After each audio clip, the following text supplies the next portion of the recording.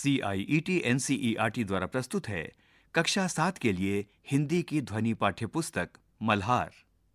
इस पृष्ठ पर एक बारकोड दिया गया है जिसे स्कैन करके आप इस पाठ से संबंधित अतिरिक्त जानकारी प्राप्त कर सकते हैं। पृष्ठ संख्या 29। पाठ 3। फूल और कांटा। हैं जन्म लेते जगह में एक ही पौधा उन्हें है पालता। रात में उन पर चमकता चांद भी एक ही सी चांदनी है डालता। मेह उन पर है बरसता एक सा, एक सी उन पर हवाएं हैं बहीं। पर सदा ही यह दिखाता है हमें, ढंग उनके एक से होते नहीं। छेद कर कांटा किसी की उंगलियां, फाड़ देता है किसी का वर बसन।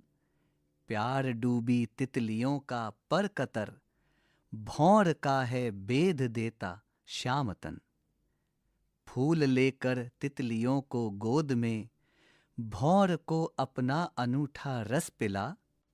निज सुगंधों और निराले रंग से, है सदा देता कलीजी की खिला।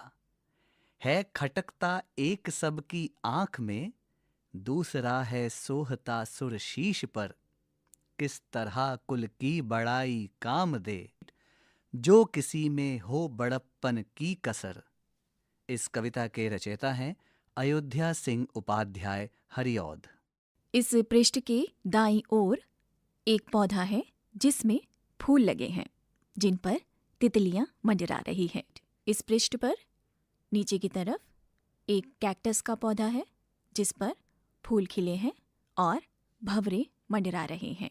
बाईं ओर एक महिला बाजार से सब्जियां ला रही है। साथ ही उसके साथ 2 बच्चे हैं जिसमें लड़का बॉल से खेल रहा है और लड़की के हाथ में पुस्तक है। पृष्ठ संख्या 30। कवि से परिचय। उठो लाल अब आंखें खोलो, पानी लाई हूँ मुंह धो लो। बचपन में ये प्यारी कविता आपने भी पढ़ी होगी। इस कविता को रचने वाले अयोध्या सिंह उपाध्याय हरिऔध ही फूल और कांटा के कवि हैं। बच्चों के लिए उन्होंने अनेक रोचक कविताएं लिखी हैं। उनका जन्म आजमगढ़ उत्तर प्रदेश में हुआ था। हरिऔध जी की चर्चित काव्य कृति प्रिय प्रवास को खड़ी बोली का पहला महाकाव्य माना जाता है। बच्चों के लिए उनके अनेक कविता संकलन प्रकाशित हैं जिनमें चंद्र खिलौना और खेल तमाशा उल्लेखनीय हैं। रिपीट, यहाँ पृष्ठ पर उनका चित्र दिया गया है और साथ ही उनका जन्म वर्ष 1865 और मृत्यु वर्ष 1947 है। आइए अब हम इस कविता पर विस्तार से चर्चा करें। आगे दी गई गतिविधियां इस कार्य में आपकी सहायता करेंगी। मेरी समझ से कविता के आधार पर यहां दिए गए प्रश्नों का सटीक उत्तर कौन सा है उसके सामने तारा बनाइए। कुछ प्रश्नों के एक से अधिक उत्तर भी हो सकते हैं। 1. कविता में कांटे के बारे में कौन सा वाक्य सत्य है? कांटा अपने आसपास की सुगंध को नष्ट करता है। कांटा तितलियों और भौरों को आकर्षित करता है। कांटा उंगलियों को छेदता है और वस्त्र फाड़ देता है। कांटा पौधे को हानि पहुंचाता है। यहाँ इस पृष्ठ पर एक मुस्कुराते हुए फूल का चित्र है जिसके चारों ओर कांटों का घेरा है। 2. कविता में फूल और कांटे में समानताओं और विभिन्नताओं का उल्लेख किया गया है। कविता में फूल और कांटे में समानताओं और विभिन्नताओं का उल्लेख किया गया है। इनमें से कौन सा वाक्य इन्हें सही रूप में व्यक्त करता है? फूल सुंदरता का प्रतीक है और कांटा कठोरता का। फूल और कांटे के बारे में लोगों के विचार समान होते हैं। फूल और कांटे एक ही पौधे पर उगते हैं, लेकिन उनके स्वभाव भिन्न होते हैं। फूल और कांटे को समान देखभाल मिलती है, फिर भी उनके रंग ढंग अलग होते हैं। यहाँ पृष्ठ पर एक कैक्टस का पौधा है जिसमें कांटे हैं और साथ ही फूल भी खिले हैं। पृष्ठ संख्या 31। 3। कविता के आधार पर कौन सा निष्कर्ष उपयुक्त है? व्यक्ति का कुल ही उसके सम्मान का आधार होता है। व्यक्ति के कार्यों के कारण ही लोग उसका सम्मान करते हैं। कुल की प्रतिष्ठा हमेशा व्यक्ति के गुणों से बड़ी होती है। यदि व्यक्ति अच्छे कार्य करता है तो उसके कुल को प्रसिद्धि मिलती है। रिपीट। यहाँ एक चित्र है जिसमें एक बालक सब्जियों का थैला लिए एक बुजुर्ग के साथ चल रहा है। 4. कविता के अनुसार इनमें से कौन सा कथन बड़प्पन के लिए सर्वाधिक उपयुक्त है? धन, दौलत और ताकत से व्यक्ति के बड़प्पन का पता चलता है। कुल के बड़प्पन की प्रशंसा व्यक्ति की कमियों को ढक देती है। बड़प्पन व्यक्ति के गुणों, स्वभाव और कर्मों से पहचाना जाता है। कुल का नाम व्यक्ति में बड़प्पन की पहचान का मुख्य आधार है। यहाँ एक चित्र है जिसमें एक टब में भरे हुए पानी से कुछ पक्षी खेल रहे हैं और उन्हें दूर खड़ा हुआ एक बालक देखकर मुस्कुरा रहा है। ख. हो सकता है कि आपके समूह के साथियों ने अलग-अलग या एक से अधिक उत्तर चुने हों। अपने मित्रों के साथ चर्चा कीजिए कि आपने ये उत्तर ही क्यों चुने। पंक्तियों पर चर्चा। पाठ में से चुनकर कुछ पंक्तियां यहाँ दी गई हैं। इन्हें ध्यान से पढ़िए और इन पर विचार कीजिए। आपको इनका क्या अर्थ समझ में आया? अपने विचार अपने समूह में साझा कीजिए और लिखिए। पंक्तियों पर चर्चा।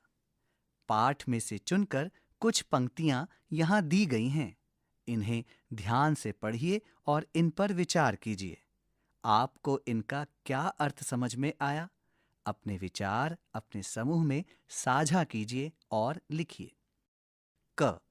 मेह उन पर है बरसता एक सा, एक सी उन पर हवाएं हैं बही, पर सदा ही यह दिखाता है हमें, ढंग उनके एक से होते नहीं। ख. किस तरह कुल की बड़ाई काम दे, जो किसी में हो बड़प्पन की कसर। इस पृष्ठ में नीचे की ओर एक बालिका और उसकी माता बहन का चित्र है। बालिका विद्यालय से खेल दिवस में प्रथम पुरस्कार जीतकर प्रसन्न मुद्रा में दिखाई गई है। पृष्ठ संख्या 32। मिलकर करें मिलान। इस कविता में फूल और कांटा के उदाहरण द्वारा लोगों के स्वभावों के अंतर और समानताओं की ओर संकेत किया गया है। दूसरे शब्दों में फूल और कांटा प्रतीक के रूप में प्रयोग किए गए हैं। अपने साथियों के साथ मिलकर चर्चा कीजिए कि फूल और कांटा किस किस के प्रतीक हो सकते हैं। इन्हें उपयुक्त प्रतीकों से जोड़िए। यहाँ इस पृष्ठ पर 2 स्तंभ हैं। पहले स्तंभ में कुछ शब्द हैं जिन्हें दूसरे स्तंभ में दिए गए शब्दों से मिलान करना है। पहले स्तंभ के शब्द हैं दया, स्वार्थ, अच्छाई, सुख, सुंदरता, कोमलता, आनंद।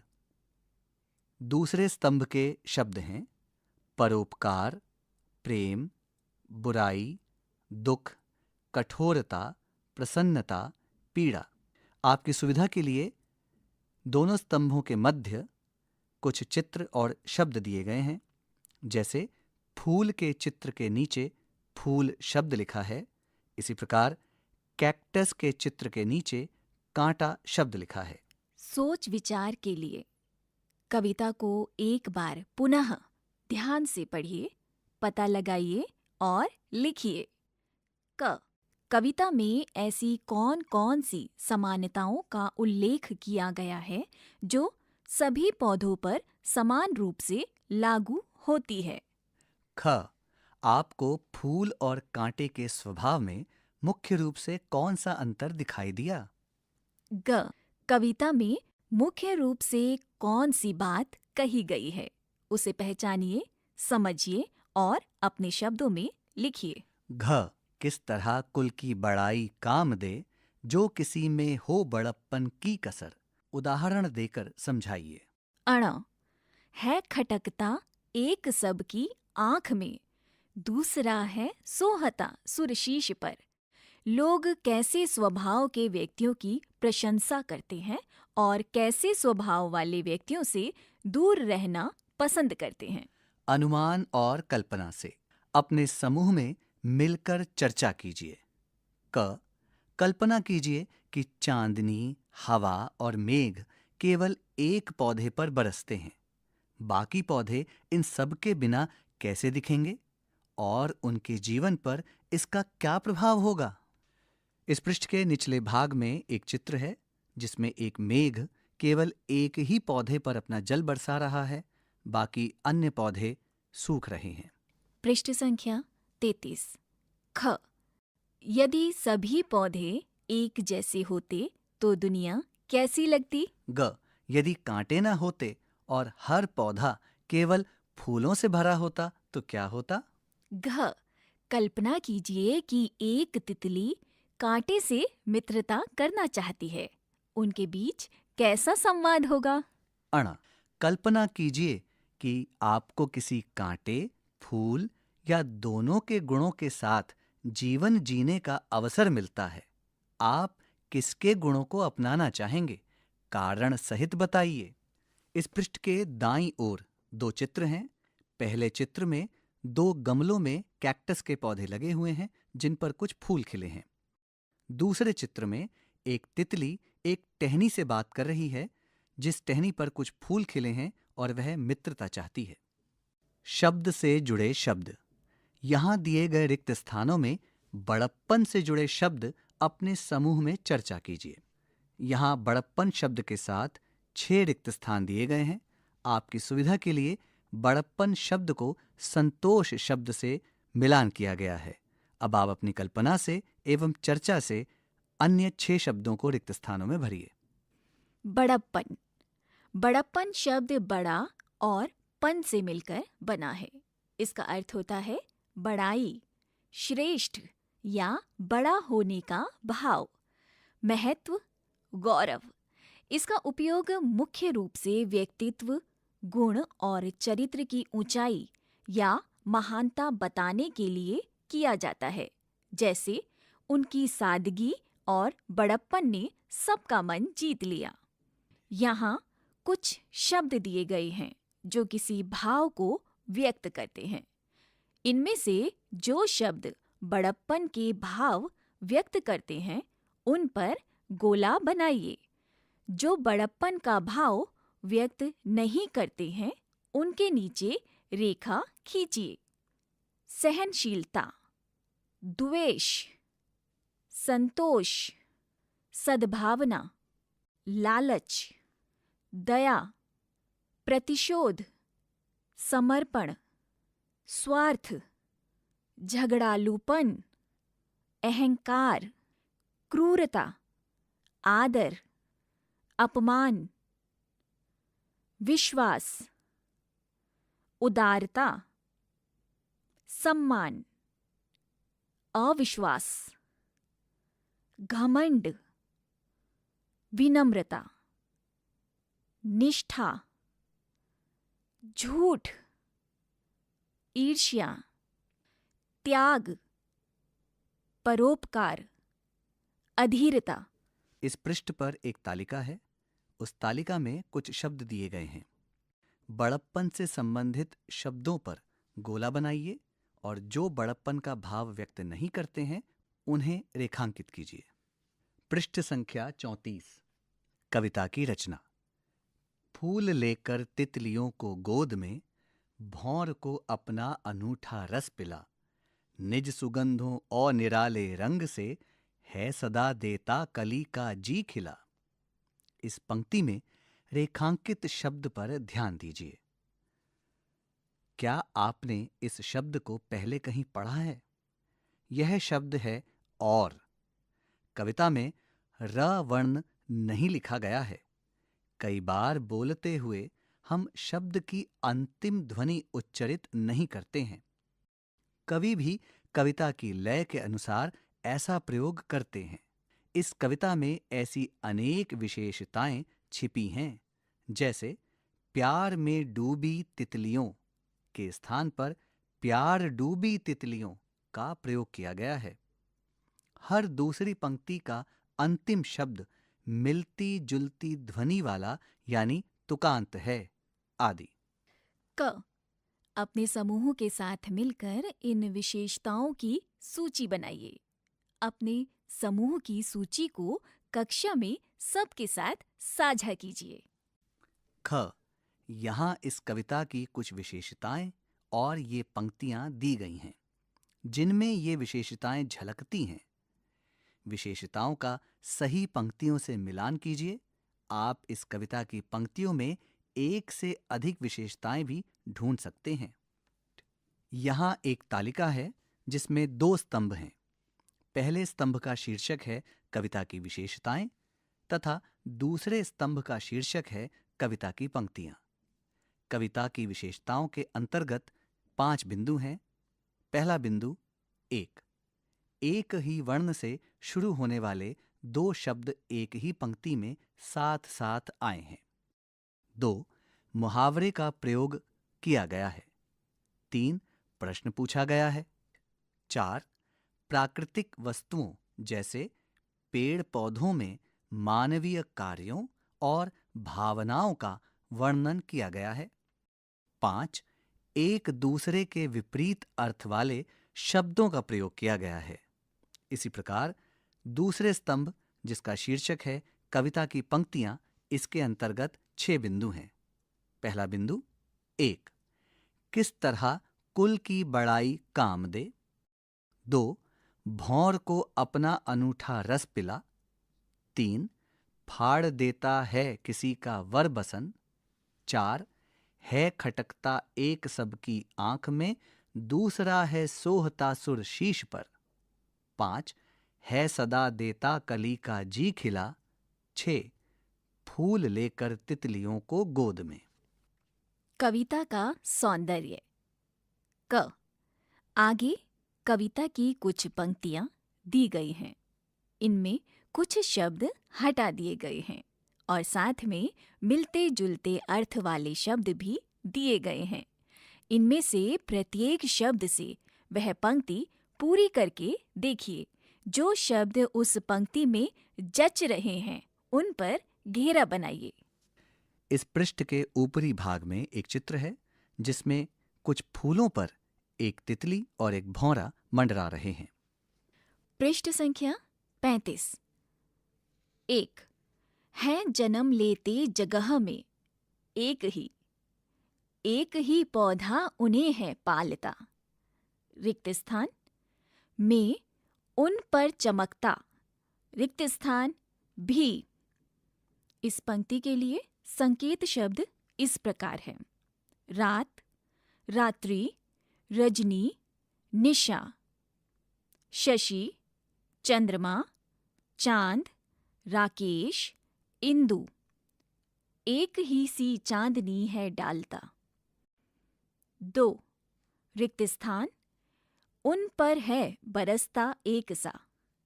संकेत शब्द मेह, बादल, मेघ, जलद।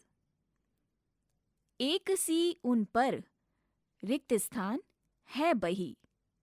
संकेत शब्द वायु, पवन, समीर, मारुत, बयारें, हवाएं।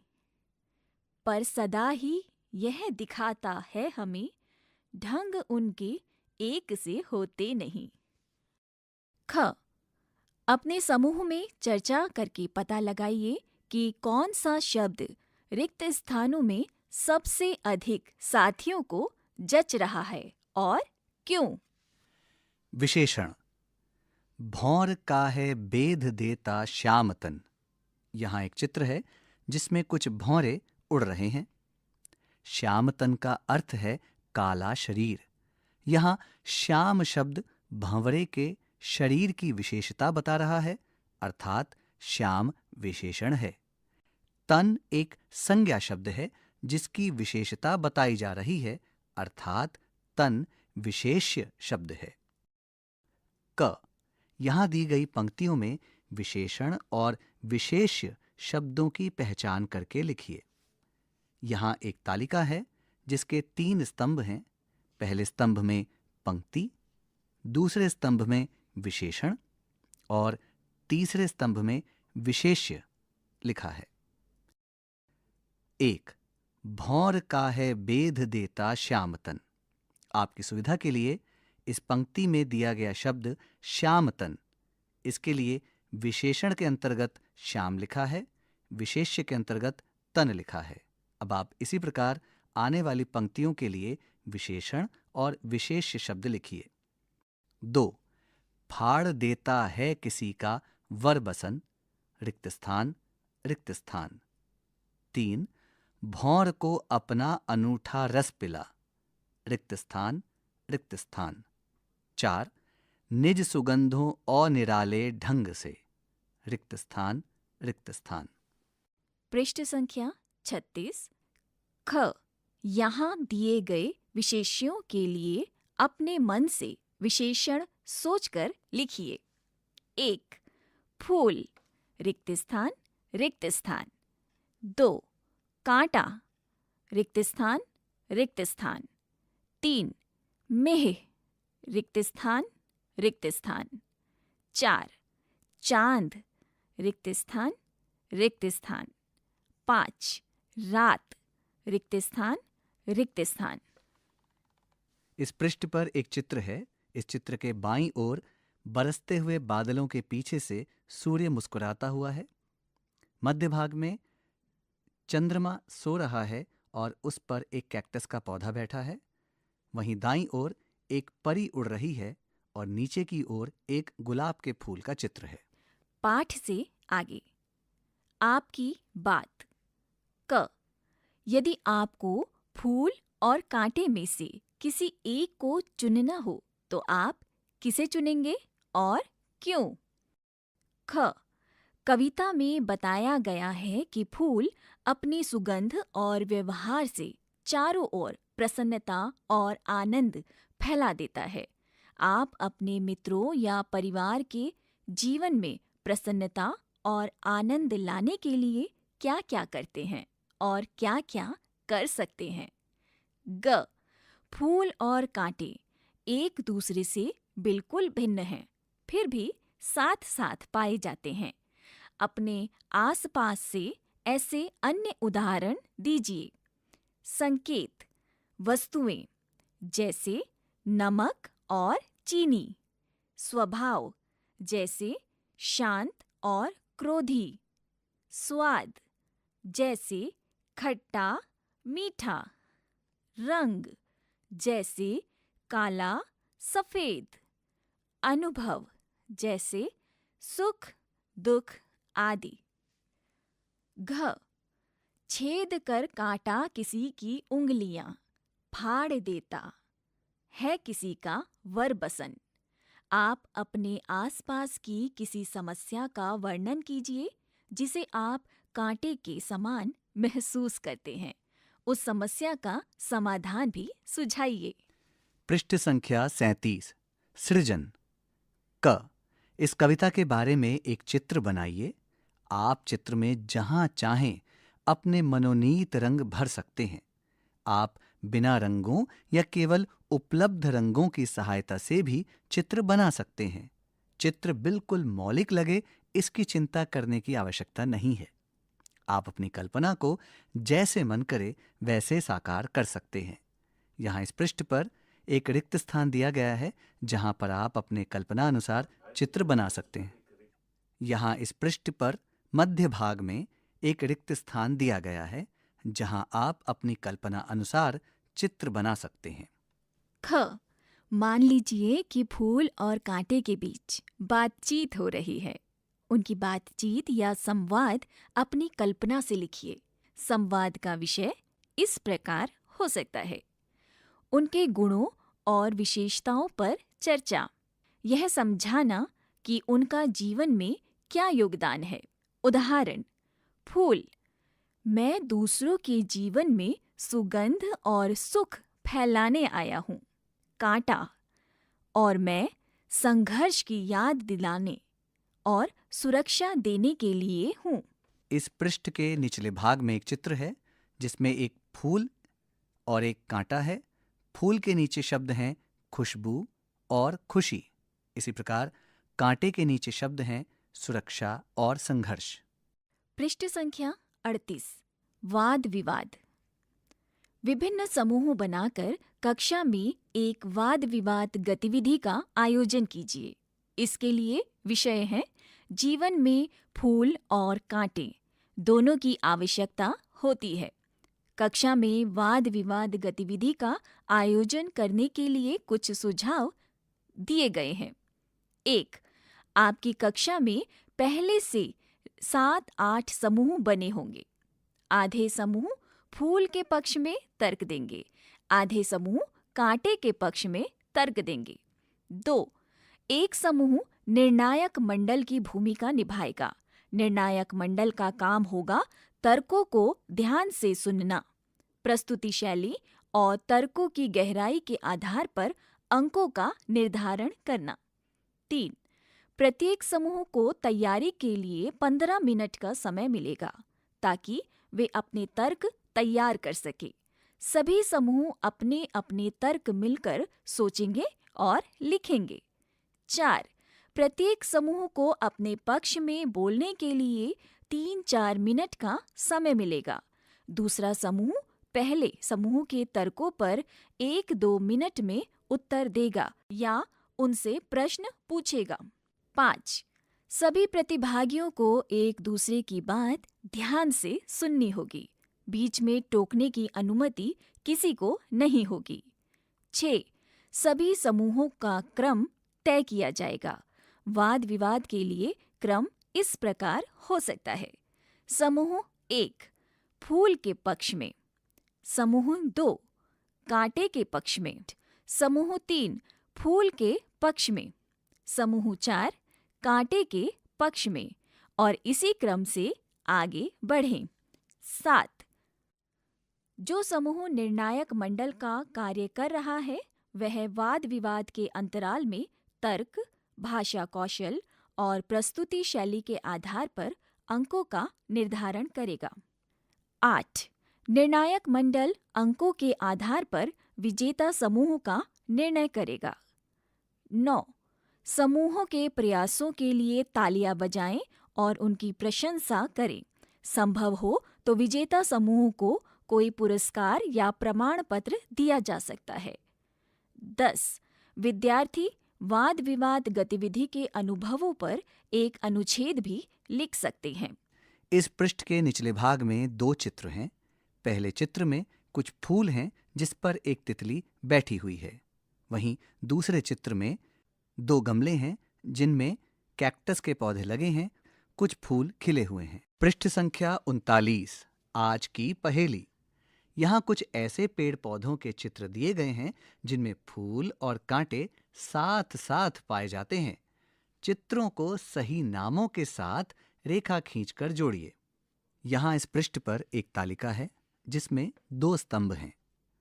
पहले स्तंभ का शीर्षक है वर्णन, दूसरे स्तंभ का शीर्षक है चित्र। 1. बबूल। यहाँ बबूल से संबंधित कुछ जानकारियां दी गई हैं। फूल पीले या सफेद छोटे गुच्छेदार, कांटे लंबे और नुकीले। विशेषता इसका उपयोग ईंधन, चारा और औषधियों में किया जाता है। 2. गुलाब। यहाँ गुलाब से संबंधित जानकारियां इस प्रकार हैं। फूल विभिन्न रंगों में, विशेष रूप से लाल, सफेद और गुलाबी। कांटे तने पर छोटे और तीखे। विशेषता सजावटी पौधा और इत्र बनाने के लिए प्रसिद्ध। 3. नागफनी। नागफनी से संबंधित जानकारियां इस प्रकार हैं। फूल रंग बिरंगे, पीले, नारंगी या गुलाबी। कांटे पूरी सतह पर छोटे या लंबे। विशेषता सूखे क्षेत्रों में पाया जाता है और सजावटी पौधे के रूप में भी उगाया जाता है। 4. बेर। बेर से संबंधित विशेषताएं इस प्रकार हैं। फूल छोटे और हल्के पीले। कांटे शाखाओं पर छोटे छोटे। विशेषता इसके फल खाद्य और औषधीय होते हैं। 5. करौंदा। करौंदा से संबंधित जानकारियां हैं। फूल छोटे सफेद और सुगंधित। कांटे शाखाओं पर छोटे छोटे और तीखे। विशेषता फूल सजावटी और मधुर सुगंध वाले होते हैं। इसके फल से अचार, जैम और जेली बनाई जाती हैं। यह शुष्क और पहाड़ी क्षेत्रों में उगता है। 6. नींबू। नींबू से संबंधित जानकारियां हैं। फूल छोटे सफेद और हल्की गुलाबी छाया लिए हुए, सुगंधित और गुच्छेदार। कांटे शाखाओं पर छोटे और तीखे कांटे। विशेषता फल खट्टे और विटामिन सी से भरपूर होते हैं। इनका उपयोग पेय पदार्थ, अचार, औषधियों और खाना बनाने में किया जाता है। इसी पृष्ठ पर स्तंभ 2 के अंतर्गत कुछ चित्र दिए गए हैं। पहला चित्र है नागफनी का, दूसरा चित्र है बेर का, तीसरा बबूल का, चौथा गुलाब का, पांचवा नींबू का और छठा करौंदा का। अब आप दी गई जानकारियों का मिलान दिए गए चित्रों से कीजिए। पृष्ठ संख्या 40 खोजबीन के लिए। रंग बिरंगे फूलों से फूलों की घाटी में कविता। आप इन शीर्षकों के लिए YouTube के माध्यम से अतिरिक्त जानकारी प्राप्त कर सकते हैं। और यहाँ अध्याय 3 समाप्त होता है। अभी आप सुन रहे थे कक्षा 7 की हिंदी की ध्वनि पाठ्य पुस्तक मल्हार। ध्वन्यांकन मंजू कुमारी। वाचन स्वर सीमा सती और चांद मोहम्मद। निर्माण सहयोग कुसुम लता। निर्देशन एवं निर्माण विमलेश चौधरी।